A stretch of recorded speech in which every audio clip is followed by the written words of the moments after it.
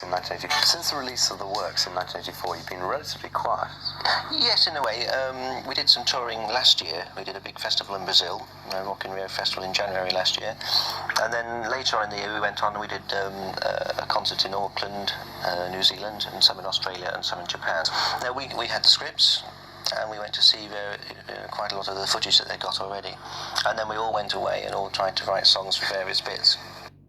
I actually found it hard to find a spot. It took me a long while to find something where I could actually, something to write about in terms of the lyrical idea to fit in with the film, and also where it could go in the film.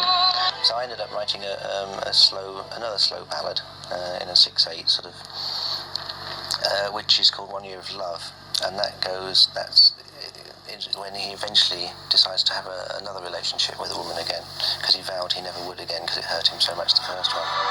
So that's when we came to do the album. We did all the music for the film first and they dubbed it onto the film. Then when we came to do the album, we actually rearranged a lot of the tracks, made them longer, and wrote more lyrics and tried to make them into fully fledged songs. So they're so they stand up in their own right. Without necessarily having to be with the film. You could actually hear them on the radio and they would sound like, songs rather than actually more incidental music. In the early days it was Brian and Freddie who really used to write most of the material, and Roger and I have started to contribute more, and the fact that we've all had hit singles, that's really been quite a balancing factor.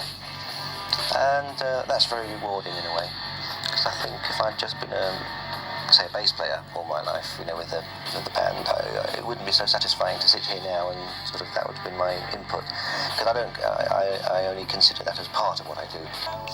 Actually writing songs, and also being involved in the decision-making processes, or arguments or whatever, is nice. It really feels that you're part of our own destiny, really.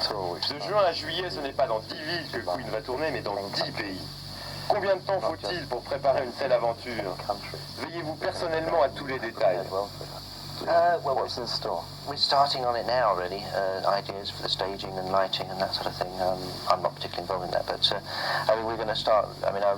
We really won't get into gear until May, when we actually get together and start rehearsing. We're going to rehearse here in London for 2 or 3 weeks, and that's quite a commitment from us in a way, really, because Freddie is sometimes a little reluctant to go on the road these days. We can't just go out and play now, say, we do this number, we'll do that number.